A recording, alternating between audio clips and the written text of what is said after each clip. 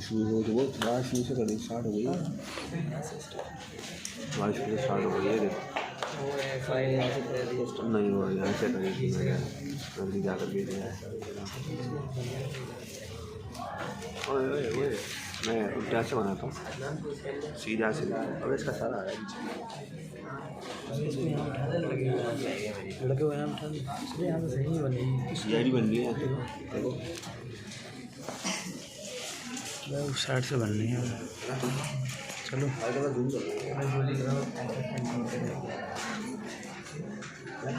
छोड़ रहे हैं।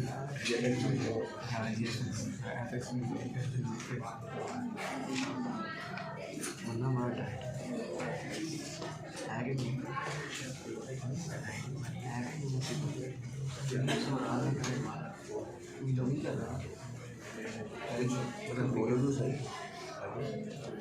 बोलो भी सही।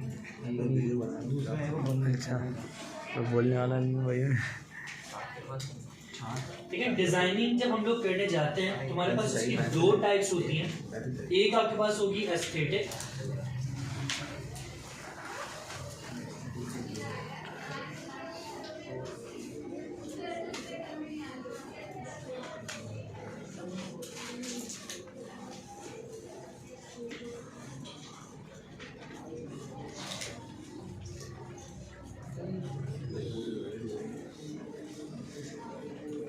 और एक टाइप आपके पास होती है इसकी फंक्शनल। ये इंपॉर्टेंट चीज है, इसको ध्यान से समझना भी और उसको नोट डाउन लाजमी कर लो। जैसे एक्सप्लेन अभी करना शुरू करता हूँ।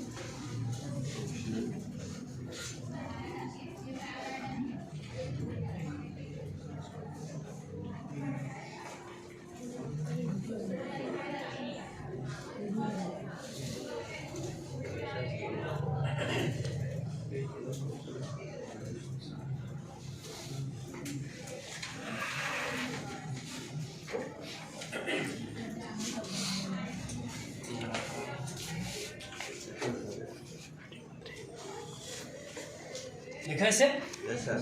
देखो एस्थेटिक का मतलब क्या होता है। एस्थेटिक में बहुत सारी चीज़ें आ जाती हैं। एस्थेटिक में आपके मूड्स भी होते हैं। अब वो हैप्पी मूड भी हो सकता है, सैड मूड भी हो सकता है। इवन जो आपके सॉन्ग्स होते हैं, आपके गेम्स होते हैं, ये सब भी डिज़ाइनिंग में काउंट होता है। लेकिन एस्थेटिक डिज़ाइन कौन से होते हैं? जो आपके प्लेजर के लिए इस्तेमाल किए जा रहे होते हैं। फॉर एग्जाम्पल मैंने कहा कि भाई मैं कोई पेंटिंग ड्रॉ कर रहा हूँ इलस्ट्रेटर के ऊपर या फोटोशॉप के ऊपर, लेकिन उसका कोई पर्पस नहीं है, वो जस्ट इसलिए बनाई गई है ताकि वो आंखों को अच्छी दिख सके। अब जैसे वॉल पेंटिंग्स वगैरह होती हैं या वॉल पेपर्स वगैरह होते हैं तो उनका कोई पर्पस नहीं होता, लेकिन वो किस लिए बनाई जाती हैं? सिर्फ अच्छा दिखने के लिए। ठीक है, तो कोई भी ऐसी चीज़ जो आप मूड के ऊपर बना रहे हो, लाइक हैप्पीनेस के लिए, सैडनेस के लिए, तो वो चीज़ें किसमें काउंट होंगी? एस्थेटिक में। मतलब ये सोच कर बनाई जाती है कि चीज़ अच्छी लग रही है या बुरी लग रही है। जबकि फंक्शनल डिजाइन्स वो होते हैं जिसके पीछे कोई ना कोई मैसेज होता है। अब छोटी सी मिसाल में अगर आपको दो चीज़ की, फर्ज करो अगर आप रोड पर एक जगह मौजूद हो या किसी भी जगह पर मौजूद हो, वहां पे एक सर्कल बना हुआ है, ठीक है, उस सर्कल के बीच में पी लिखा हुआ है या फिर कोई कार बनी हुई है और उस पर क्रॉस लिखा हुआ है, उसका मतलब क्या होगा? No parking. कैसे समझ आया? उस आइकन को देखकर। ठीक है, भले वहां पे नो पार्किंग नहीं भी लिखा हुआ था, लेकिन उस आइकन की वजह से आप फौरन समझ गए इसका मतलब क्या है? नो पार्किंग है। तो ऐसे डिजाइन जो आपको मैसेजेस दे रहे होते हैं वो कौन से होते हैं? फंक्शनल। अब फर्ज करो कोई पढ़ा लिखा नहीं भी है, अगर एक जगह वॉशरूम बना हुआ है, मैंने कहा भाई उस पर मुझे मेंशन करना है ये बॉयज के लिए, गर्ल्स के लिए, अगर आप वहां पे सिर्फ आइकन भी जस्ट बना के रख दोगे तो वो आइकन भी हेल्प करे होते हैं लोगों को पहचानने में कि भाई बॉयज का वॉशरूम कौन सा होगा, गर्ल्स का वॉशरूम कौन सा होगा। तो आपकी जो डिजाइनिंग होगी ना वो आपको मिड में रखनी है, ना आपने इस तरफ जाना है ना आपने इस तरफ जाना है। क्योंकि अगर आप उन नो पार्किंग के आइकन्स को देख लो या वो आप उन आइकन्स की बात कर लो, वॉशरूम में हम आइकन्स की बात कर रहे हैं, तो उसमें क्या होता है कि उसमें खूबसूरती नहीं होती। मतलब वो सिंपल से आइकन्स हैं जो आपको मैसेज दे रहे हैं। लेकिन लोगोस आपको हमेशा ऐसे क्रिएट करने होंगे जो कोई ना कोई मैसेज भी कन्वे कर रहे हो और उसके अंदर खूबसूरती भी हो। मतलब एस्थेटिक के अंदर सारी आ जाती हैं। फर्ज करो अगर आपने कोई ऐसा डिजाइन अपनी मर्जी का कोई भी बना के रख दिया, इवन लोगो के अंदर भी, कि उसके पीछे कोई फंक्शनल चीज नहीं हो रही, उसके पीछे कोई मैसेज कन्वे नहीं हो रहा, सिर्फ आपने ये सोच कर बनाया कि यार ये चीज अच्छी लग रही है, तो वो चीज जो आपने सिर्फ अच्छी सोच कर बनाई है वो किसके अंदर है? एस्थेटिक में। आप एक ऐसा डिजाइन करोगे जिसके अंदर अच्छी भी लग रही हो, मतलब कि कलर्स अच्छे हो, उसकी डिजाइनिंग अच्छी लगी हुई हो और उसके पीछे कोई ना कोई मैसेज भी कन्वे हो, तो आपने अपनी डिजाइनिंग हमेशा इस पॉइंट पे रखनी है, बीच में। ये बात समझ गए सर? एस्थेटिक डिजाइन कौन से होंगे? जो लेजर के लिए यूज किए जा रहे हो, लेजर के लिए, और फंक्शनल जो होंगे वो उसके लिए यूज होंगे, मैसेज के लिए। ये मेंशन करो ताकि ये चीज याद रहे।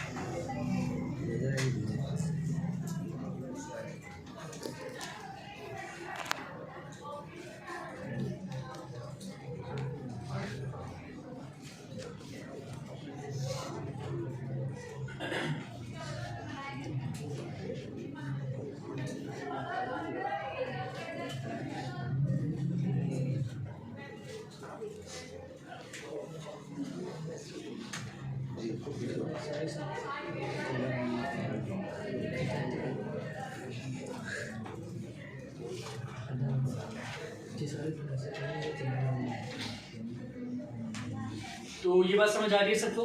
Yes sir. यहाँ तक कोई सवाल किसी का भी?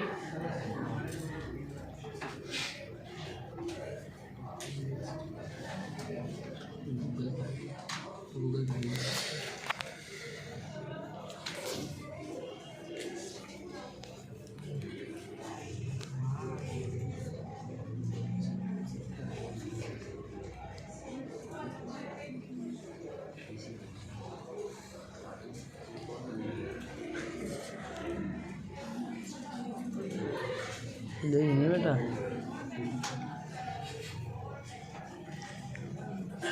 तो अब सर अपने टॉपिक के ऊपर आते हैं। अगर सवाल आपसे किया जाए कि व्हाट इज लोगो, लोगो क्या होते हैं, तो कुछ आइडिया किस तरह से एक्सप्लेन कर सकते हो उस क्वेश्चन को आप? देखो, लोगो का मतलब क्या होता है? लोगो बेसिकली वो सिंबल्स होते हैं, वो आइकन्स होते हैं जो आपके ब्रांड का फेस होता है। अब फर्ज करो अगर आप कहीं मॉल जा रहे हो परचेजिंग वगैरह के लिए, आपने कहा कॉस्मेटिक्स के बहुत सारे प्रोडक्ट्स रखे हुए हैं और आपने उनमें से जो वो प्रोडक्ट्स सेलेक्ट करने हैं जो आपकी स्किन को सूट करता है। अब आपने 2-3 प्रोडक्ट्स उठाकर देखे तो आपको कैसे पता चलेगा ये कौन से ब्रांड का है? उसके लोगो की वजह से, ठीक है। अब देखो, बहुत सारे लोग क्या मिस्टेक कर रहे होते हैं। जैसे अगर मैं ब्रांड की बारे में बात करूं, ब्रांड क्या होते हैं इस चीज के बारे में एविडेंस है? What is brand? हमारे यहाँ एक चीज माइंड में बैठी हुई है कि ब्रांड का मतलब ये होता है कि जो चीज अच्छी है क्वालिटी के अंदर तो हम उसे ब्रांडेड का नाम दे देते हैं, और जो चीज क्वालिटी में बुरी होती है उसे हम क्या कहते हैं? लोकल प्रोडक्ट है। ऐसा ही होता है, जबकि ये चीज रॉन्ग है। ब्रांड का मतलब क्या होता है कि देखो, मैं आपके सामने 2 चीजें रखूं। लाइक मैंने कहा कि एक शैम्पू है जो मैंने सिंपल एक ट्रांसपेरेंट सेलोफेन शीट में आपको दिया, और एक शैम्पू है जो प्रॉपर एक बॉटल के अंदर है या प्रॉपर एक साशे के अंदर है। तो आप किसको प्रेफर करोगे? बोतल वाले। जो बॉटल के अंदर है, जो साशे के अंदर है, ठीक है। आप फौरन क्या देखोगे, यार ये फला कंपनी का है, ये तो खुला प्रोडक्ट है, खराब भी हो सकता है। तो यहाँ पर मतलब क्या हो रहा है कि कोई भी जब प्रोडक्ट किसी नाम के साथ सोल्ड हो रहा है तो उसका मतलब वो ब्रांड है। अब ये चीज आप एक्सपीरियंस के बाद जज करते हो कि वो ब्रांड अच्छा है या ब्रांड बुरा है। मतलब ये नहीं होगा कि अगर नाम मतलब कोई भी प्रोडक्ट आपके हाथ में दिया जाए, भले उस पर नाम मेंशन हो, लोगो उस पर मेंशन हो, लेकिन आपने क्वालिटी के ऊपर जज किया कि ये ब्रांडेड है या नहीं, ये चीज रॉन्ग है। आप किस तरीके से डिस्कस कर सकते हो उस चीज को? आप ये कह सकते हो कि भाई उस प्रोडक्ट के ऊपर अगर किसी भी कंपनी का नाम जुड़ गया है तो इट मींस ये ब्रांड है। अब उस ब्रांड को एक्सपीरियंस करने के बाद, यूज करने के बाद आप ये जज कर सकते हो कि ये ब्रांड अच्छा है या ब्रांड बुरा है। आप ये नहीं कहोगे ये अच्छी चीज है तो ब्रांडेड है और लोकल चीज बुरी है तो लोकल है। बात समझ पा रहे हो चीज को या नहीं? Yes sir. अब इसी तरह से जो आपका लोगो है, लोगो बेसिकली ब्रांड फेस होता है। मतलब जितने भी प्रोडक्ट्स आपको मार्केट में दिखेंगे उसमें लाजमी उस कंपनी का लोगो मेंशन होगा जिस कंपनी का वो प्रोडक्ट है। ये बात समझ गए? आप सिंपली ये डिफाइन कर सकते हो कि लोगो वो सिंबल्स हैं, वो मार्क्स हैं जो अपने ब्रांड का नाम शो कर रहे होते हैं, अपनी ब्रांड की पहचान शो कर रहे होते हैं। ठीक, सेकंड हम आ जाते हैं, 3 चीजें हमें मिलती हैं इसके अंदर। अच्छा, एक चीज हम और डिस्कस करेंगे। लोगो का जो कॉन्सेप्ट हमारे पास बना है, हम ये समझते हैं कि ये शायद ये अभी अचानक से आ गया, नहीं। लोगो का कॉन्सेप्ट उस वक्त से जब डिजाइनिंग का कुछ पता भी नहीं था। मतलब लोग ये भी नहीं जानते थे कि ग्राफिक डिजाइनिंग क्या होती है। इवन जब लोगों को मतलब एजुकेशन भी नहीं मिली थी, लोगों का कॉन्सेप्ट उस टाइम से है। वहां पर क्या होता था, अगर कोई किसान वगैरह का कोई रेवड़ है, लाइक कोई गाय हो सकती है, कोई भैंस हो सकती है, भेड़ बकरियां हो सकती हैं, तो वो लोग उस पर क्या करते थे कि उनका रेवड़ आपस में मिक्स ना हो, तो वो कोई भी एक लोहे की सील लेकर उसको गर्म करके अपनी एनिमल की स्किन पे लगा दिया करते थे। तो उससे क्या होता था, इस तरह की आइडेंटिफिकेशंस बन जाती थी कि हाँ भाई ये फला शख्स का रेवड़ है। ये बात समझ आ रही है? तो जब कंपनीज भी स्टैब्लिश होना शुरू हुई, कंपनीज भी मार्केट में आना शुरू हुई, तो उन्होंने भी इसी कॉन्सेप्ट के ऊपर क्या किया, लोगोस बना दिए कि भाई फर्स्ट करो अगर मार्केट में कॉस्मेटिक्स के या मोबाइल फोन्स के डिफरेंट प्रोडक्ट्स जाएं तो लोगों को ये भी पता हो कि ये प्रोडक्ट फला कंपनी का है। ये बात समझ गए सब? इसी तरह से 3 कुछ इंपॉर्टेंट चीजें हमारे पास यहाँ पर आ रही है। कौन कौन सी हैं? ब्रांडिंग और ब्रांड आइडेंटिटी। जरा मुझे एक्सप्लेन करोगे कोई कि तीनों में क्या फर्क हो सकता है? ब्रांड किसे कहोगे, ब्रांडिंग किसे कहोगे, या ब्रांड आइडेंटिटी किसे कहोगे? देखिए, ब्रांड का मतलब तो मैंने अभी आपको एक बात समझाई। ब्रांड का मतलब क्या है? कोई भी प्रोडक्ट जब किसी नेम के साथ आपको दिया जा रहा है, इसका मतलब क्या है? वो ब्रांड है। ठीक है, मतलब कि उसकी एक पहचान है। ब्रांडिंग का मतलब क्या होता है? ब्रांडिंग अगर मैं आपको छोटी सी एग्जांपल देकर दिखाऊं, रियल लाइफ एग्जांपल के अंदर हम जाते हैं। फर्स्ट करो अगर किसी फीमेल का किसी गर्ल का एक रिश्ता आ रहा है, ठीक है, वो गर्ल क्या है, वो बेसिकली आप इस तरह कह सकते हो वो ब्रांड है। ठीक, ब्रांडिंग क्या चीज़ होती है? उसे किस तरीके से आप पेश कर रहे हो, वो चीज़ ब्रांडिंग है। इवन उसकी ड्रेसअप, ठीक है, इवन मेकअप, ये सब चीज़ें किसके अंदर आ जाएंगी? ब्रांडिंग के अंदर। अब इसी तरह से अगर हम किसी प्रोडक्ट के बारे में बात करें, मैंने कहा भाई एक कोई भी शैम्पू है और मुझे उसकी ब्रांडिंग करनी है, तो जो शैम्पू अंदर मौजूद है वो उसका प्रोडक्ट है, वो क्या होगा? प्रोडक्ट। जो कंपनी नेम आ गया वो क्या हो गया? ब्रांड हो गया। ब्रांडिंग का मतलब जिस तरह से उसकी बॉटल डिजाइन हुई है, बॉटल का कलर, उस पर जो स्टिकर्स पेस्ट हुए हैं उसका सारा कलर, तो ये चीज आपकी ब्रांडिंग है। मींस ब्रांड को किस तरीके से क्लाइंट के सामने पेश करना है, ये चीज ब्रांडिंग होती है। ये बात समझ गए? और ब्रांडिंग ही देखो आपकी इतनी स्ट्रांग होनी चाहिए। देखो अगर एक रैक के अंदर आपने कहा भाई इम्तियाज हम जाते हैं, रैक के अंदर बहुत सारे प्रोडक्ट्स लगे हुए हैं, मैंने किसी प्रोडक्ट को कोई ऐसा प्रोडक्ट हमें दिखता है जो मैंने कभी यूज नहीं किया, लेकिन उसकी पैकिंग को देखते आप फौरन समझ जाते हो कि यार ये अच्छी चीज लग रही है, ऐसा ही है। yes, तो ये काम सारी, ये रिस्पॉन्सिबिलिटी सारी होती है डिजाइनर्स की। ब्रांडिंग कौन क्रिएट करते हैं? डिजाइनर्स। प्रोडक्ट बनाना हमारा काम नहीं है, प्रोडक्ट कौन बनाएंगे? कंपनी। अब हमें नहीं पता कि कंपनी का जो प्रोडक्ट है वो अच्छा है या बुरा है, लेकिन कंपनी हमें क्यों हायर कर रही है? एक ऐसी ब्रांडिंग के लिए हायर कर रही है कि उनकी सेल बढ़ सके। अगर आपका डिजाइन ऐसा है जिसकी वजह से उसकी सेल नहीं बढ़ रही, इसका मतलब ये कि आपने अपनी रिस्पॉन्सिबिलिटी ठीक से अंजाम नहीं दी। आप ब्रांडिंग ऐसी रेडी करोगे कि उनका प्रोडक्ट अच्छा हो या प्रोडक्ट बुरा हो, लेकिन लोग उस ब्रांडिंग को देख के, उस डिजाइनिंग को देख के इतना इंप्रेस हो कि फौरन से उस चीज को परचेज करें। ये बात समझ गए सर? अब थर्ड हमारे पास क्या आ जाती है? Brand identity. ब्रांड आइडेंटिटी में 2-3 चीजें आ रही होती हैं। सबसे पहले आ जाएगा आपका लोगो, ठीक है, मैंने कहा भाई फला कंपनी का ये लोगो है। अब छोटी सी मिसाल अगर मैं आपको दूं कि जगह जगह जो जोंग के बैनर्स आपको देखने को मिलते हैं, जोंग अपने बैनर्स में कौन से कलर्स का इस्तेमाल करता है? ग्रीन, व्हाइट और पिंक, ऐसे ही है।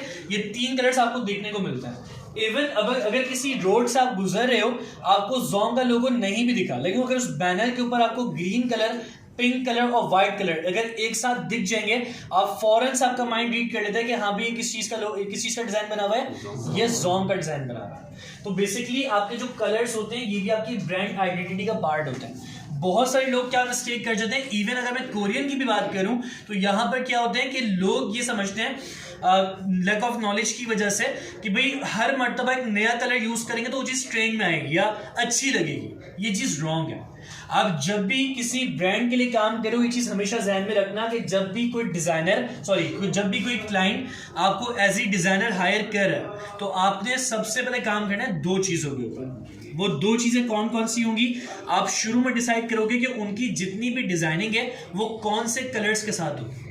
अगर एक बार एक डिजाइन में आपने कलर सेलेक्ट कर लिए, उसके बाद उस ब्रांड के जितने भी डिजाइन आप क्रिएट करोगे, इवन लोगो, बिजनेस कार्ड, लेटर, एनवेलप, आप कुछ भी डिजाइन कर रहे हो, आप उन कलर से हटोगे नहीं। ये नहीं कि एक में येलो कलर डाल दिया, एक में ऑरेंज कर दिया, एक में ग्रीन कर दिया, एक में पर्पल कर दिया, ये चीज रॉन्ग है। आप शुरू में क्या डिसाइड करोगे कि भाई फला कंपनी के लिए ये कलर्स हैं, अब जब भी मैं काम करूंगा तो इन्हीं कलर्स के ऊपर करूंगा, ताकि जब वो ब्रांड आहिस्ता आहिस्ता अपनी ऑडियंस के अंदर फेमस हो तो लोग उस कलर को देखते रीड कर ले, यार ये फला कंपनी का ऐड है। ये बात समझ पा रहे हो सर? तो नंबर 1 चीज क्या होगी? आपकी कलर्स, और दूसरी चीज होती है आपके फॉन्ट्स, आपके राइटिंग स्टाइल। राइटिंग स्टाइल भी अक्सर स्टूडेंट्स क्या मिस्टेक कर रहे होते हैं कि जब डिजाइन क्रिएट करेंगे हर बार नए फॉन्ट्स के साथ कर रहे होते हैं। तो ये मिस्टेक नहीं करना। अगर किसी ब्रांड ने आपको हायर किया डिजाइनिंग के लिए तो शुरू में काम कर लिया करो। अपनी डायरी के अंदर एक नोटपैड टाइप का बना लो या डायरी अपनी बना लो, उसके अंदर ब्रांड का नाम लिखो, जिस कलर के साथ आप वर्किंग करें उस कलर का कोड मेंशन करो। आप जब भी किसी कलर को सिलेक्ट करते हो उसका कोड नीचे आ जाता है, 6 डिजिट का कोड होता है। आप उस कोड को कॉपी करके रख लो एक जगह पर, ताकि जब भी वो ब्रांड आपसे अगर 2 साल के बाद भी काम करवाने के लिए आता है तो आपके पास वो एक जगह नोट डाउन हुआ हो कि भाई इस ब्रांड के ऊपर मुझे इस कलर के साथ काम करना। इसी तरह से उस ब्रांड के फॉन्ट भी आप फिक्स करके एक जगह लिख लो कि यार मैं जब भी इस ब्रांड के लिए काम करूंगा तो मैं इन्हीं राइटिंग स्टाइल के साथ करूंगा। ये बात समझ गए? तो ब्रांड आइडेंटिटी में 3 चीजें कौन कौन सी आ जाएंगी? Number 1 brand logo, number 2 colour, number 3 font. ये तीनों चीजें क्लियर होगी। What is brand? ब्रांड क्या होता है? कोई भी ऐसा प्रोडक्ट जो किसी कंपनी नेम के साथ मिल रहा है वो क्या चीज है? ब्रांड। ब्रांडिंग क्या होती है? उस ब्रांड को किस तरह से पेश किया जा रहा है, ये ब्रांडिंग है। और ब्रांड आइडेंटिटी,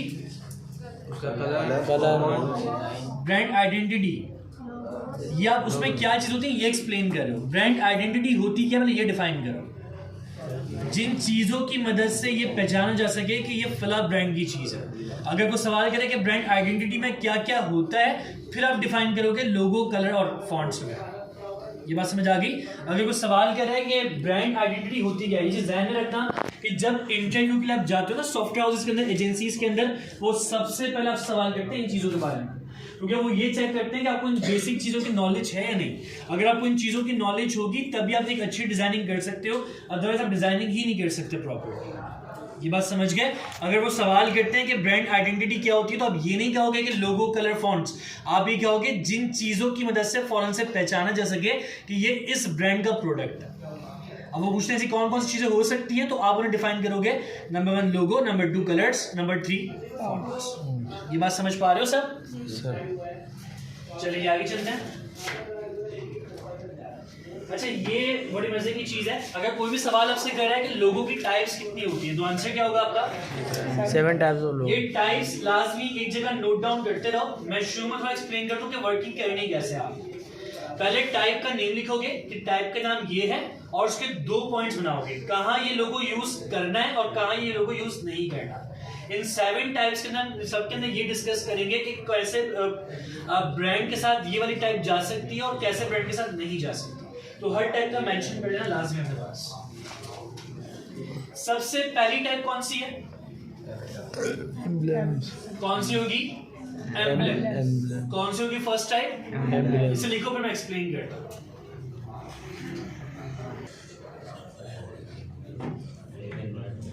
अब अगर एम्ब्लेम लोगोस आप देखो तो उसमें हो क्या रहा है, एम्ब्लेम के अंदर आपके आइकन्स के अंदर, आपके शेप्स के अंदर आपने टेक्स्ट को मैनेज करना होगा। अब जैसे स्टारबक्स का लोगो है तो उसमें क्या हो रहा है कि अंदर ही आइकन भी मौजूद है और शेप के अंदर अंदर देखें सारा टेक्स्ट मैनेज हुआ। अब ये लोगो किसका है? हार्ले डेविडसन का। ठीक है, देखें वही आइकन है और उसी आइकन के अंदर सारा टेक्स्ट उन्होंने मैनेज किया। ये लोगो पता है किसका है? ये एप्पल का लोगो है। जो आईफोन वगैरह आप लोग यूज करते हो, जब एप्पल कंपनी मार्केट में लॉन्च हुई थी तो ये एप्पल का पहला लोगो था जो उन्होंने मार्केट में लॉन्च किया था। जो लोगो आज आपको देखने को मिलता है वो 3rd लोगो है उस एप्पल का। जो एप्पल का फर्स्ट लोगो आया था वो बेसिकली ये चीज थी। ये बात समझ आ रही है? अब जहन में रखो, जो मैंने आपसे कहा कि कहाँ इस्तेमाल करने, वो चीज नोट डाउन कर ले अपने पास। आपने एम्ब्लेम की टाइप ऐसे ब्रांड के साथ यूज करनी होती है जो ब्रांड काफी पुराना हो और वो ब्रांड ट्रेडिशन को शो करना चाहता है। ठीक है, न्यू कंपनीज के साथ आपके एम्ब्लेम वाली टाइप नहीं जाती। कोई कंपनी अगर पिछले कई सालों से मार्केट में काम कर रही है, अपने एक्सपीरियंस शो कर रही है, तो वो चीज आपकी एम्ब्लेम से डिफाइन की जा सकती है। अब देखो, बहुत सारे स्टूडेंट ये बात समझते हैं कि अगर पुरानी कंपनी है तो हर बार आपको एम्ब्लेम ही यूज करना है। ऐसा नहीं है, ये आपकी चॉइस पर है। आप ये कह सकते हो कि ये किया जा सकता है, फिक्स नहीं, ये आपकी चॉइस पर डिपेंड करता है। लेकिन एम्ब्लेम हमेशा उसी जगह पे यूज करते हैं जब आपकी कंपनी ओल्ड हो, ट्रेडिशन को शो करे। कहाँ यूज नहीं करोगे इसे? जहां न्यू ब्रांड्स लॉन्च हो रहा है वहां पे एम्ब्लेम नहीं रखे जाते। एम्ब्लेम हमेशा रखे जाते हैं ओल्ड कंपनीज के। अब सेकंड टाइप कौन सी है? लोगो टाइप या वर्ड मार्क। एक चीज ध्यान में रखो, इससे ग्राफिक डिजाइनर्स जो हैं वो दो नाम से जानते हैं, लोगो टाइप और वर्ड मार्क। कौन कौन से होंगे? लोगो टाइप और वर्ड मार्क। लेकिन जो आपके फ्रीलांस पे क्लाइंट्स हमें मिलते हैं वो लोग इसे लोगो टाइप के नाम से नहीं जानते हैं, वहां वर्ड यूज किया जाता है वर्ड मार्क का। तो अपने पास भी आप एक काम करो, वर्ड मार्क की हाईलाइट कर लो, ये वर्ड ज्यादा फेमस है इस टाइप के। सेकंड टाइप आपके पास होगी वर्ड मार्क।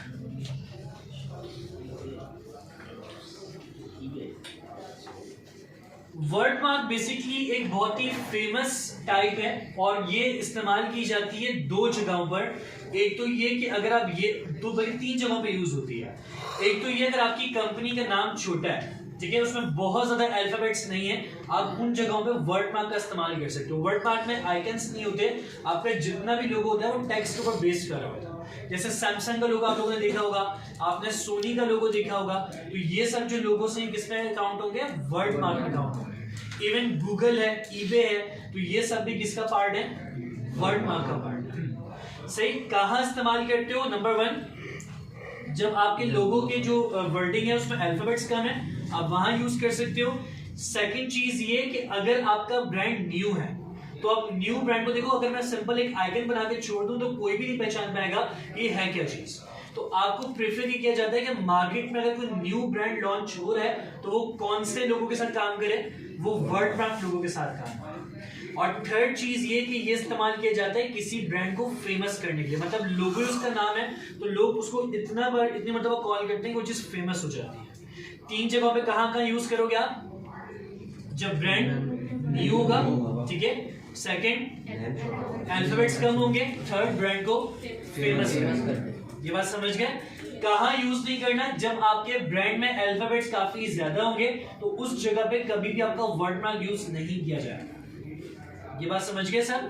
अगर ब्रांड जो आपकी कंपनी नेम है उसमें अगर अल्फाबेट्स ज्यादा है तो वर्ड मार्क यूज नहीं करोगे। कहाँ यूज करोगे? नंबर 1 अल्फाबेट्स कम है, सेकंड कंपनी न्यू है, थर्ड ब्रांड फेमस करना हो, और थर्ड टाइप आपके पास आ जाती है लेटर मार्क के नाम से। कौन सी भी थर्ड टाइप? जिसके अंदर एब्रिविएशंस के साथ आप लोग वर्किंग करते हो। ये लिखो, फिर मैं समझाता हूँ, एक्सप्लेन करता हूँ।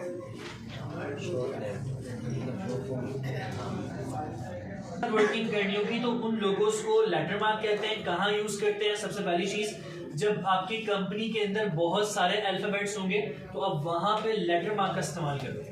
अब जैसे देखो, अगर HBO का लोगो आप सबने देखा होगा तो HBO की फुल फॉर्म क्या है? Home box office. अगर इतना बड़ा मैं वर्ड मार्क लोगो बनाता तो वो चीज ऑड लगती, बुरी लगती, तो आपने इसको HBO लिख के नीचे छोटा सा टाइप कर दिया होम बॉक्स ऑफिस। नासा सब जानते हैं क्या है, ठीक है। अब देखिए कितना बड़ा नेम है, तो वर्ड मार्क के साथ अगर आप जाते हैं तो काफी इशू क्रिएट करता है। अब इसी तरह LV है, ठीक है, क्लोथिंग ब्रांड है, सब जानते हो। तो अब देखिए इसमें भी खाली L और V का इस्तेमाल किया जाता है। तो लेटर मार्क कहाँ इस्तेमाल होते हैं? जब कंपनी नेम बहुत बड़ा होगा, सही। और सेकंड, ये कहाँ यूज नहीं करोगे? अगर कंपनी आपके पास न्यू है तो उधर कोशिश करो कि इसे इस्तेमाल नहीं करो, क्योंकि अगर बिल्कुल न्यू ब्रांड मार्केट में लॉन्च हो रहा है उसका नाम LV के नाम से एक लोगो बना दो तो किसी को नहीं पता कि वो LV है क्या चीज। बात समझ पा रहे हो? तो न्यू कंपनीज के अंदर कभी भी आपके लेटर मार्क लोगो नहीं बनाए जाएंगे, ये हमेशा आपके ओल्ड ब्रांड्स के साथ जाएगा जिसका नाम फेमस हो चुका है, मार्केट में लोग उसे जानते हैं।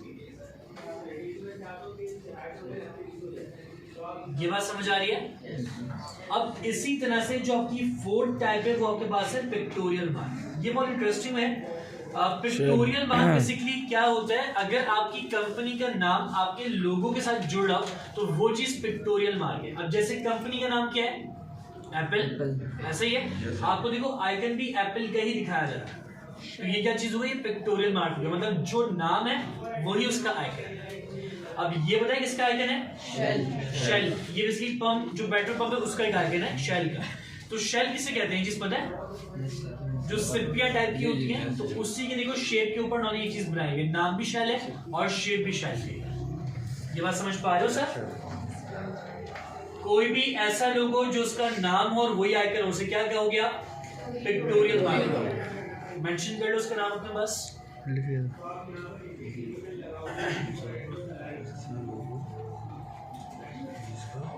पिक्टोरियल मार्क भी न्यू कंपनीज के साथ नहीं जाएगा। इवन अगर मैं एक दो लोगोस की आपसे बात करूं, एक एप्पल के लोगो की और एक नाइकी का लोगो सबने देखा होगा, जो स्वैश टाइप का एक टिक टाइप का बना हुआ है, देखा है सबने। जब अगर आप कुछ साल पीछे चले जाओ तो नाइकी अपनी जब भी ब्रांडिंग करता था तो सिंपल स्वैश नहीं दिखाता था, बल्कि स्वैश के साथ नाइकी भी लिखता था। ये बात समझ आ रही है। लेकिन ऐसा ऐसा क्या किया, जब नाइकी को लोग पहचानना शुरू हो गए तो नाइकी जो टेक्स्ट लिखा है उसको हटा दिया, अब जस्ट वो स्वैश लिखता है। तो स्वैश भी क्या है, वो स्वैश बेसिकली आपका पिक्टोरियल मार्क है। तो इसी तरह से आप जब कंपनी के अंदर ये चाहते हो कि यार इन फ्यूचर मुझे अपनी कंपनी का पिक्टोरियल मार्क रखना है, तो जब आप फर्स्ट टाइम लोगो बनाओगे तो उस पिक्टोरियल मार्क के साथ उस कंपनी का नाम लाजमी मेंशन करो। 10 साल के अंदर, 12 साल के अंदर जब आपको लग रहा है कि आपकी कंपनी इतनी फेमस हो गई है कि आपके आइकन को लोग पहचानते हैं, तो फिर आहिस्ता आहिस्ता उसका नाम हटा दो और जस्ट आइकन छोड़ दो, तो आपका पिक्टोरियल मार्क बन जाएगा। इवन मैंने भी आपसे कहा था कि आपका जो एप्पल है वो 3 तरह के लोगो अब तक बना चुका है। फर्स्ट मैंने आपको दिखा दिया था। सेकंड जो है वो लोग क्या करते थे, जो एप्पल का कट है इसके आगे एप्पल मेंशन कर देते थे। सही, उन्होंने आहिस्ता आहिस्ता क्या किया, जब एप्पल फेमस हो गया तो उस एप्पल टेक्स्ट को हटा दिया और जस्ट यहाँ पे आइकन को छोड़ दिया। जब नेम हट गया, जस्ट आइकन बचा हुआ है, तो वो कौन सा लोगो बन गया, पिक्टोरियल मार्क हो गया। अगर आपके माइंडसेट भी यही है कि यार इन फ्यूचर मुझे अपने ब्रांड को या क्लाइंट के ब्रांड को पिक्टोरियल मार्क की शक्ल देनी है, तो आप आहिस्ता आहिस्ता पिक्टोरियल मार्क के साथ नाम भी मेंशन करोगे और फिर आने वाले कुछ अरसे के अंदर जब आपका ब्रांड फेमस हो जाएगा तो उस नाम को हटा के जस्ट अपने आइकन को छोड़ दो। ये बात समझ गए सर? अच्छा, नेक्स्ट लोगो आपके पास एब्स्ट्रैक्ट लोगो है। ये भी मार्केट में बहुत ज्यादा इन है। इनका फायदा क्या होता है, देखो पीछे जितने भी लोगोस आपको देखने को मिले वो कुछ वर्ड मार्क के ऊपर थे जिसमें कंपनी के नेम वगैरह सब जा रहे थे, लेकिन एब्स्ट्रैक्ट लोगो की नीड उस जगह होती है जब क्लाइंट ये चाह रहा हो कि यार मेरे प्रोडक्ट की शक्ल मेरे आइकन से नहीं विजिबल होनी चाहिए। अब फर्स्ट करो, अगर मैं इस लोगो की आपसे बात करूँ, ये कौन सा लोगो है, टोयोटा का लोगो है। टोयोटा क्या काम करती है, कार कंपनी। क्या इस आइकन के अंदर, इस लोगो में कहीं से आपको कार दिख रही है, नहीं दिख रही। ये किसका लोगो है, क्या आपको इस आइकन के अंदर कहीं से कोल्ड ड्रिंक दिख रही है, नहीं दिख रही। ये किसका लोगो है, क्या आपको कहीं से शूज या कोई भी क्लोथिंग दिख रही है, नहीं दिख रही। ये किसका लोगो है, जॉर्डन। क्या इसमें कहीं से आपको शूज वगैरह दिख रहे हैं। ये कौन सा लोगो है, नाइकी। क्या इसमें कहीं से आपको शूज वगैरह कुछ दिख रहे हैं, नहीं दिख रहा। तो एब्स्ट्रैक्ट का मतलब ये होता है, क्लाइंट अगर ये चाह रहे हैं कि यार मुझे एक यूनिक सा एक आइकन खाली चाहिए, ठीक है, तो उस यूनिक आइकन को एब्स्ट्रैक्ट लोगो कहलाता है। मतलब इसके पीछे कोई साइंस नहीं होती।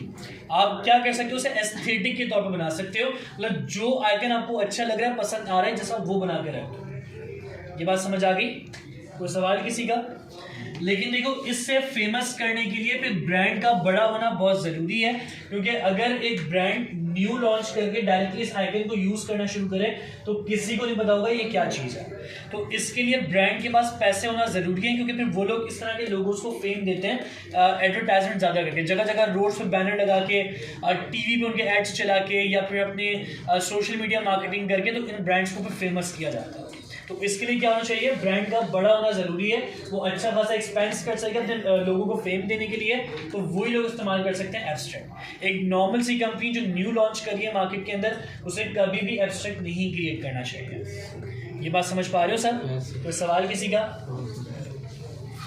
अच्छा जी, इसी तरह से नेक्स्ट हम आगे चलते हैं। ये लोगो कौन से होते हैं, नाम क्या होगा इनका, मास्कोट। अब देखो, ये आइकन आपको कहीं भी देखने को मिल जाए, आप फौरन समझ जाते हो किसका लोगो है, ये KFC का लोगो है। देखो, अक्सर लोग क्या मिस्टेक कर जाते हैं कि अपनी प्रॉपर जो कैमरा से क्लिक हुई हुई पिक्चर है उसको लोगो के अंदर इस्तेमाल कर रहे होते हैं। एक चीज हमेशा जहन में रखो, जब भी आप लोग बना रहे हो कोई लोगो, आपने कभी भी जो कैमरा की रियल पिक्चर्स हैं आपने लोगो में यूज नहीं करनी। अब अगर मैंने अपनी पिक्चर यूज की है तो उसको क्या किया है, इसको इलस्ट्रेट करके कार्टूनिक लुक देके इस्तेमाल किया है, ठीक है, ये आपको लाभ होता है। लेकिन रियल पिक्चर डायरेक्टली यूज नहीं करता है। अब चीटोस में आपने देखा होगा इस तरह का लॉइन का एक फेस लगा हुआ होता है, तो इन्होंने भी क्या किया, उसको कार्टूनिक लुक देके इलस्ट्रेटर में ड्रॉ करके ट्रेस करके फिर इसे इस्तेमाल किया।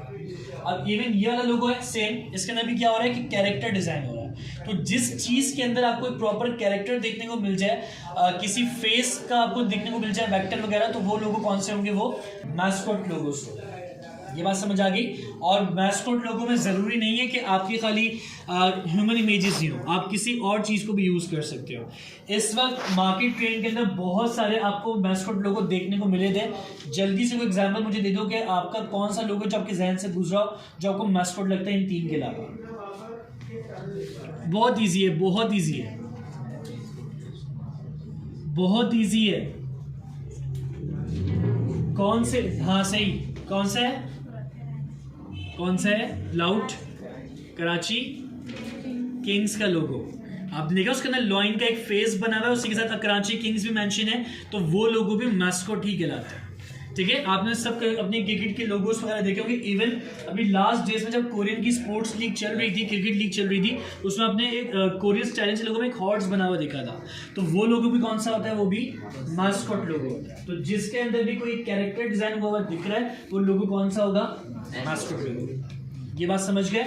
और मैस्कॉट लोगो कभी भी जो आपके सीरियस ब्रांड्स होते हैं उनमें यूज नहीं किया जाता, जो आपके फन वाली चीजें होती हैं उनमें जा सकते हैं आपके मैस्कॉट। आप किसी एजुकेशन ब्रांड के साथ, किसी हॉस्पिटल के साथ कभी भी यूज नहीं करोगे मैस्कॉट को। ये हमेशा जो आपके यूज होंगे फन वाले ब्रांड के साथ होगा। कोई इस तरह के स्नैक्स वाली कंपनी है वो बना सकती है, या आपके स्पोर्ट्स कंपनीज हो गई, कोई गेमिंग लोगो बनाना चाहे तो वो सब इस मैस्कॉट को यूज कर सकता है। सीरियस ब्रांड से मैस्कॉट नहीं जाएगा। अच्छा, ये वो टाइप है जो मेरी फेवरेट है, और इवन आप कह सकते हो कि जितने डिजाइनर्स होते हैं उन सबकी फर्स्ट चॉइस होती है आपकी ये वाली टाइप। बहुत सारे लोग इसे नंबर 1 के ऊपर रखते हैं, लेकिन मैंने लास्ट में आपको इसलिए मेंशन किया क्योंकि ताकि मैं इसको डीपली एक्सप्लेन कर सकूं कि कॉम्बिनेशन मार्क होते क्या है। देखो, कॉम्बिनेशन मार्क का मतलब ये होता है कि उसमें एक आपका टेक्स्ट भी जा रहा होता है, आपका आइकन भी आ रहा होता है। और कॉम्बिनेशन मार्क का हरगिज मतलब ये नहीं है कि आपका आइकन और आपका टेक्स्ट की कॉम्बिनेशन है। आपने इससे पहले जो प्रीवियस 6 टाइप्स देखी थी, अगर उन 6 टाइप्स के अंदर से आप किसी भी 2 का कॉम्बिनेशन क्रिएट कर रहे हो तो वो कौन सा कहलाएगा? Combination mark. इवन मैंने भी आपको लेटर मार्क दिखाया था कि LV लिखा हुआ था। अगर मेरा लोगो ही ऐसा है कि ऊपर मैंने LV लिखा हुआ और नीचे उस LV का फुल फॉर्म भी लिखा हुआ है, तो वो भी किसके अंदर काउंट होगा? कॉम्बिनेशन में काउंट होगा। ये बात समझ पा रहे हो?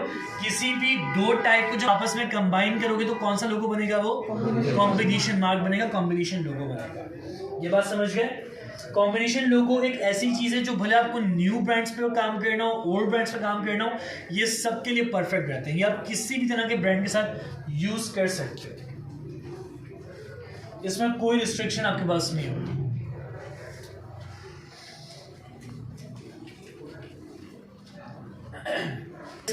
किसी का समझो 7 टाइप्स के नाम रिकॉल करो। नंबर 1 कौन सी थी? जिम है, कॉस्मेटिक्स है, या कोई भी चीज है। ठीक है। थर्ड क्या चीज होगी? Target audience. ये बहुत इंपॉर्टेंट चीज है। टारगेट ऑडियंस के अंदर काफी सारी चीजें आ जाती हैं। मतलब ये जो आपका प्रोडक्ट है वो किस तरह के लोगों के लिए है, उनकी जेनेट्री कैसी है, किस एज ग्रुप के लोगों के लिए। मीन्स अगर बेबी प्रोडक्ट है तो बेबी प्रोडक्ट आपको किन लोगों को दिखाने चाहिए? मदर्स को, ऐसा ही ना? लाइक उनकी जो मैक्सिमम शॉपिंग्स की जा रही होती है वो मदर्स के थ्रू की जा रही होती हैं। तो फिर आपने एक ऐसा ही थीम जनरेट करनी होगी जो मदर से रेलिवेंट हो। बात समझ पा रहे हो चीजें? इसी तरह से आप लोग जितनी भी डिटेल हो सकता है जो आपको लगता है कि टारगेट ऑडियंस में आ सकती है, जिसमें एज हो सकता है, जिसमें जेंडर हो सकता है, जिसमें एज ग्रुप आपका आ सकता है, आपकी चॉइसेस आ सकती हैं, आपकी हॉबीज आ सकती हैं, आप बहुत सारी चीज़ों के थ्रू कर सकते हो। अब फॉर एग्जांपल अगर मैंने कहा कि कोई ऐसा ब्रांड है जो स्पोर्ट्स के प्रोडक्ट बनाने का काम कर रही है, तो फिर आप उनमें उनका टारगेट ऑडियंस क्या होगा? एक ऐसे लोग, ठीक है, जिनकी हॉबीज में फुटबॉल हो, जिनकी हॉबीज के अंदर क्रिकेट हो, आप उन्हीं लोगों को भी टारगेट करोगे।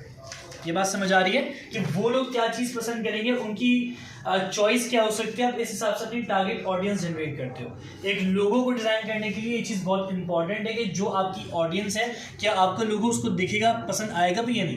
देखो, लोगो एक ऐसी चीज़ है जो आप अपने खुद के लिए क्रिएट नहीं करते। अब छोटी सी मिसाल है, अगर मैं किसी को गिफ्ट कर रहा हूँ कोई भी चीज़, तो क्या आप वो अपनी पसंद देख के डिसाइड करते हो क्या ये गिफ्ट मुझे लेना चाहिए, या सामने वाले की पसंद देखकर? सामने ऐसे ही ना। तो यही चीज़ लोगों के अंदर है कि लोगों में आप अपनी चॉइस को देखकर नहीं चलते, आप ये जज करोगे कि यार ये जो इसकी टारगेट ऑडियंस है इससे क्या चीज़ पसंद आ सकती है, इससे किस तरह के लोगो अच्छे लग सकते हैं, किस तरह के लोगों उन्हें अट्रैक्ट करेंगे। तो वो चीज़ आपकी आ जाएगी टारगेट ऑडियंस के अंदर। ये बात समझ आ रही है? और ये कौन बताएगा टारगेट ऑडियंस क्या है मेरी? जो ब्रांड ऑनर्स हैं, जो ब्रांड का लोगो आपसे बनवाना है, वो आपको एक्सप्लेन करेंगे भाई मेरे ब्रांड की टारगेट ऑडियंस ये चीज़ है। ये बात समझ गए सब? थर्ड फोर्थ आपके पास है एनी आइडिया। अब एनी आइडिया का मतलब क्या होता है? जाहिर सी बात है, अगर एक कंपनी डिफरेंट प्रोडक्ट्स लेकर चल रही है तो ऐसा नहीं है कि मार्केट में खाली उसी कंपनी के प्रोडक्ट्स होंगे, उनके कॉम्पिटिटर्स भी होते हैं, ऐसा ही है। तो आप उनसे ये सवाल करोगे क्या आपके माइंड में कोई आइडिया है, क्योंकि हर कंपनी अपने कॉम्पिटिटर्स को देखते हुए चलती है कि वो लोग किस तरीके से वर्किंग कर रहे हैं। तो आप उनसे आइडिया के तौर पे पूछ लोगे भाई फला फला अगर आपके पास कोई कॉम्पिटिटर्स हैं तो उनकी वेबसाइट्स मुझे बता दें, ताकि उनकी वेबसाइट्स विजिट करके मैं अंदाजा कर सकूं कि वो किस तरह के कलर्स का इस्तेमाल करते हैं, किस तरह के लोगोस का इस्तेमाल करते हैं। तो ये चीज़ बहुत इंपॉर्टेंट है। तो क्लाइंट से आप लाजिम पूछोगे कि आप कोई आइडिया आपके पास है कि आप किस तरह का लोगो बनवाना चाह रहे हैं, ताकि इससे काफ़ी आपकी हेल्प हो सकती है। फिर क्या होगा? Show them options. अब अगर आप लोगो बनाकर क्लाइंट को डिलीवर करते हो, अगर वो उसे पसंद नहीं आ रहा तो सेंस के अंदर क्या होगा? आपकी मेहनत जाया। तो इस चीज़ से बचने के लिए क्या करो, जो भी उनका ब्रांड है, फर्स्ट करोगे उनका ब्रांड है जिम से रेलिवेंट, तो आप क्या करोगे? जिम से रेलिवेंट हर टाइप का एक लोगो रखोगे एक कैनवस के ऊपर फोटोशॉप पर डालकर, और वो दिखाओगे क्लाइंट को। उसमें लेटर मार्क भी होना चाहिए, उसमें जो है वो एब्स्ट्रैक्ट भी होना चाहिए, उसके अंदर जो है वर्ड मार्क भी होना चाहिए, और क्लाइंट को दिखाकर पूछो कि इनमें से कौन सा लोगो आपको पसंद आ रहा है। तो उससे बेनिफिट आपको क्या मिल जाएगा?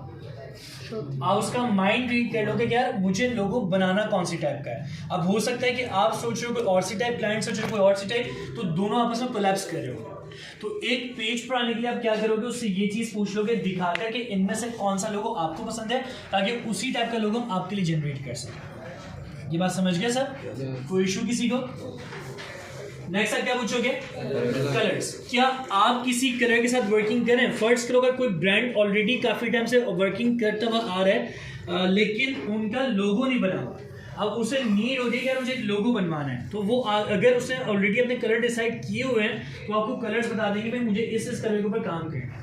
कुछ कंडीशंस में ऐसा होता है कि क्लाइंट आपको कलर्स प्रोवाइड कर देते हैं कि भाई मुझे इस कलर पे वर्किंग करनी है, वरना मैक्सिमम क्लाइंट्स आपकी चॉइस पे छोड़ते हैं कि यार मेरे प्रोडक्ट के हिसाब से आप डिसाइड करें कि कौन सा कलर ज़्यादा सूट करेगा। ये बात समझ पा रहे हो? नेक्स्ट आपके पास है फॉन्ट्स। क्या कोई राइटिंग स्टाइल आपको पसंद है जिसको आप वर्किंग करवाना चाह रहे हो या मुझ पे छोड़ रहे हो? ये चीज़ आप पूछ लोगे। नेक्स्ट क्या चीज़ है? ये बहुत फंसते हो उस चीज़ में। आप क्यों फंसते हो? स्लोगन एक ऐसी चीज़ होती है जिसको बिल्कुल आखिर में पुट किया जाता है। तो हम लोग क्या करते हैं, क्वेश्चन पूछना भूल जाते हैं कि आपकी कंपनी का स्लोगन है, या क्लाइंट भी बताना भूल जाता है कि मेरी कंपनी का ये स्लोगन है।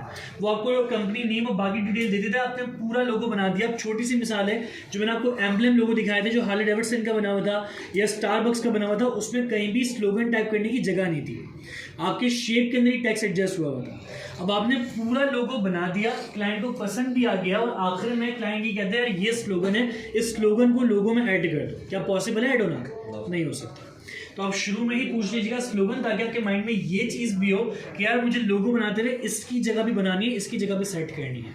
स्लोगन बताया किसे कहते हैं? स्लोगन का मतलब टैगलाइंस होता है। लाइक अगर जोंग एक कंपनी का नाम है तो उसकी टैगलाइन क्या है? सब कह दो। तो सब कह दो उसका स्लोगन के तौर पर काउंट होगा। इस तरह हर कंपनी के कुछ स्लोगन्स बने हुए होते हैं। ये बात समझ गया सर?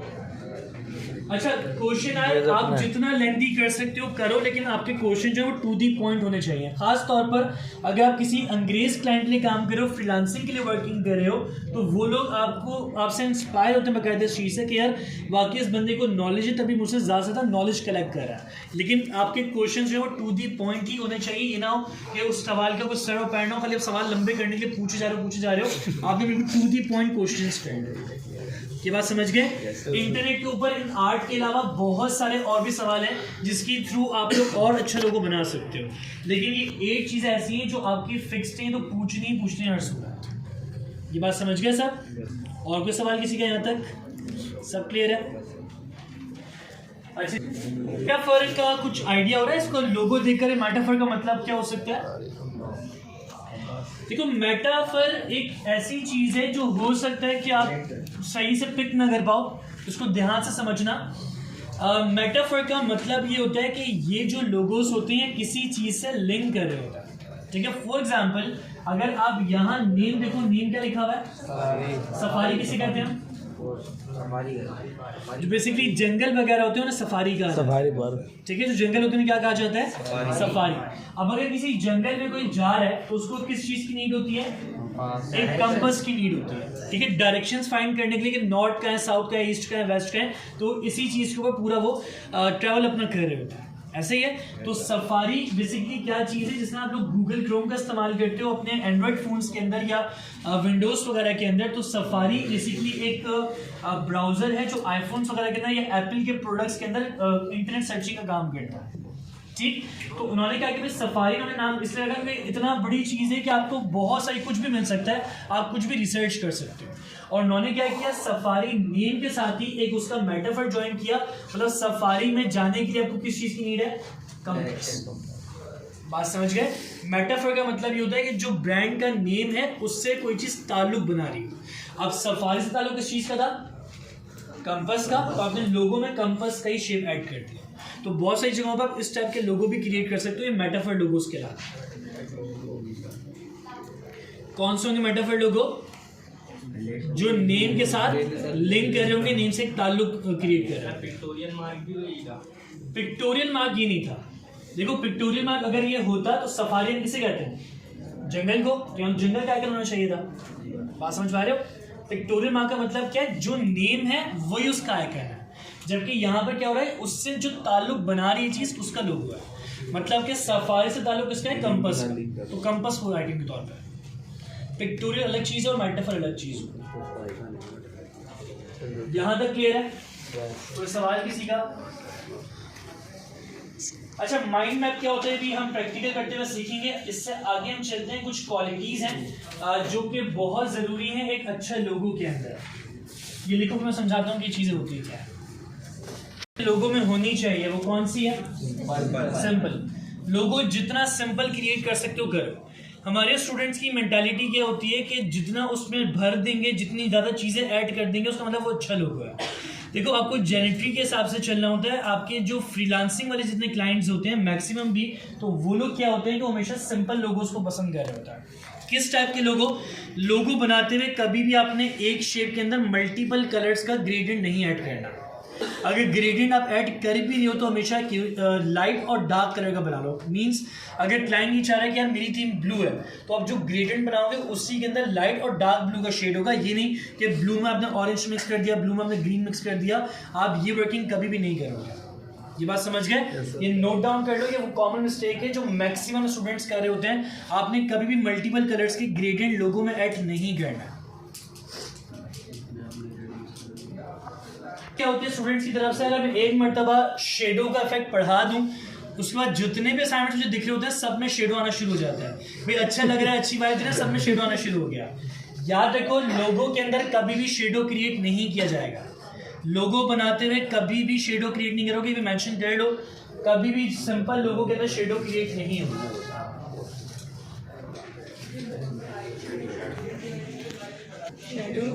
शेडो और मल्टीपल कलर की ग्रेडियंट का। ठीक है, सेकंड टाइप कौन सी है? वर्सेटाइल। वर्सेटाइल का मतलब ये होता है कि उसकी क्वालिटी ऐसी हो कि आप जहां चाहो उसको इजीली यूज कर सको। और ये लिंक करता है आपकी फर्स्ट टाइप के साथ। किस सेंस के अंदर समझ लो गौर से, आप लिख लेना आराम से इस चीज को। वर्सेटाइल का मतलब ये होता है कि लोगों की क्वालिटी ऐसी होनी चाहिए कि जब उसको बड़े से बड़े साइज पर प्रिंट करने जाएं तब भी वो मसला ना बनाए, और जब आप लोग छोटे से छोटे साइज पर उसको प्रिंट करो तब भी वो इशू क्रिएट ना करें। अगर आपने ग्रेडियंट के साथ वर्किंग की होगी तो प्रॉब्लम क्या होती है, बड़े साइज तो बहुत खूबसूरत लगता है, लेकिन जब छोटे साइज में जाते हो तो बहुत फैला फैला लगता है, आपके लोगों का शेप भी समझ नहीं आता। और यही चीज़ शेडो के अंदर होती है। जब लोगों का साइज बड़ा करते हैं शेडो बिल्कुल गायब हो जाता है, और जब लोगो छोटा करते हैं शेडो बहुत ज़्यादा फैल जाता है, जो कि आपके शेप को ख़राब करता है। थर्ड चीज़ ये कि लोगो हमेशा इलस्ट्रेटर पे क्रिएट करोगे। इलस्ट्रेटर के लोगो का फ़ायदा ये होता है कि वो वेक्टर फाइल जनरेट करते हैं। वेक्टर का फ़ायदा ये होता है कि आप उसे जितने चाहो बड़े प्रिंट पे बनाओ या उसका छोटा प्रिंट निकालो, उसकी क्वालिटी ख़राब नहीं होती। तो वर्सटाइल लोगो वो होते हैं, एक तो वेक्टर फाइल होनी चाहिए, मतलब कि इलस्ट्रेटर पे ड्रॉ होंगे। बहुत सारे लोग फोटोशॉप पे लोगो बनाते हैं, ये चीज़ रॉन्ग है। लोगो हमेशा आपके इलस्ट्रेटर पे बनेंगे। ठीक है। सेकंड, ये क्या यूज़ नहीं करना, ग्रेडियंट और ड्रॉप शेड, ताकि जितने वर्सटाइल का मतलब ये है कि मल्टीपल साइजेस के हिसाब से वो एडजस्ट किया जा सके। तो जिसके लिए ज़रूरी है कि उस पर शेडो और ग्रेडियंट का इस्तेमाल ना हो। थर्ड टाइप आपकी होती है स्ट्रॉन्ग। स्ट्रॉन्ग लोगो का मतलब ये होता है कि अगर आप एक ऐसा लोगो क्रिएट करो जिसमें कस्टमाइजेशन के साथ वर्किंग हो सके। हम जब लोगो क्रिएट कर रहे होते हैं, मैक्सिमम अगर मैं स्टूडेंट्स की बात करूं, जब वो लोगो क्रिएट कर रहे होते हैं तो वो हमेशा लोगो बनाना शुरू करते हैं कलर्स के साथ। ठीक है, शुरू में डिसाइड करते हैं कि यार ये कलर है, मैं इस कलर के साथ वर्किंग कर रहा हूँ। जबकि जो लोगो डिजाइनिंग एक्सपर्ट है वो हमेशा आपको ये कहते हैं कि जब भी आप लोगो बनाओगे तो उसकी जो पहला शेप बनेगा, जो फर्स्ट टाइम आप लोगो क्रिएट करोगे, वो हमेशा ब्लैक और व्हाइट कलर के साथ करोगे। कौन से कलर के ऊपर करोगे? ब्लैक और व्हाइट के ऊपर। इसकी वजह ये है कि आपके जो लोगो है कलर्स में तो बहुत अच्छे लगते हैं, लेकिन ब्लैक एंड व्हाइट के ऊपर आके वो खराब हो जाता है। अगर आपका लोगो ब्लैक एंड व्हाइट के ऊपर अच्छा रेडी हो गया, इसका मतलब उसमें कोई भी कलर ऐड कर दो वो अच्छा लगेगा ही लगेगा। और ये स्ट्रॉन्ग क्यों ज़रूरी है, एक मैं आपको समझाऊँ। फर्ज करो मैं एक रेस्टोरेंट के लिए काम कर रहा हूँ, मैंने जो अपना लोगो बनाया वो भी रेड कलर का है, और जो मैंने पोस्टर तैयार करना है उस पोस्टर का बैकग्राउंड भी रेड कलर का है। क्या रेड बैकग्राउंड के ऊपर रेड लोगो विजिबल होगा? तो फिर आपको लोगो किस कलर का करना पड़ेगा? वाइट करना पड़ेगा। अब बहुत सारे लोग क्या मिस्टेक कर जाते हैं, अगर एक फास्ट फूड का लोगो है, फ्री पिक से बनी बने बर्गर की इमेज थी, उस बर्गर में बन भी दिख रहे थे, चिकन का पीस भी दिख रहा था, उसमें वो आपको सैलेड भी दिख रही थी ग्रीन वगैरह, तो अब उसमें प्रॉब्लम क्या आएगी, जैसे ही वो उसे प्रिंट करेंगे तो डिज़ाइन गायब हो जाएगा। या अगर मैं वाइट करूँगा तो वाइट पे क्या होगा, बन, चिकन, सैलेड सब एक कलर के ऊपर हो जाएंगे। बात समझ आ रही है? तो आपने ऐसे लोगोस नहीं क्रिएट करना है, आपने ऐसे लोगोस बनाने हैं कि वो व्हाइट और ब्लैक के साथ अपने शेप को खोए ना। आपने जो चीज़ बनाई है वो चीज़ प्रोमिनेंट होनी चाहिए। ये बात समझ गए? तो लोगो हमेशा कौन से कलर से शुरू करोगे? ब्लैक एंड व्हाइट के साथ, बाद में कलर सब ऐड कर सकते हो उसमें। कौन सा होनी चाहिए? मेमोरेबल। मेमोरेबल का मतलब ये कि देखो बहुत सारे लोग क्या करते हैं, इवन कंपनीज भी ये काम करती हैं कि इंटरनेट के ऊपर बहुत सारी वेबसाइट्स ऐसी हैं जो आपको बने बनाए लोगो प्रोवाइड कर रही होती हैं। कंपनीज क्या करती हैं, बना बनाया लोगो वहाँ से परचेज किया $, पे करके, और उसका नाम चेंज करके इस्तेमाल कर दिया। अब वो लोगोस ऐसे होते हैं जो मतलब हो सकता है कि 10-10 कंपनीज के एक जैसे लोगो हों। बात समझ आ रही है? तो उसमें क्या होता है कि वो मेमोरेबल नहीं होता, बहुत सारी कंपनीज के मिक्स हो जाता है। तो आपने ऐसे लोगों का इस्तेमाल नहीं करना, आप ऐसे लोगो जनरेट करोगे जो कोशिश करो कि किसी और से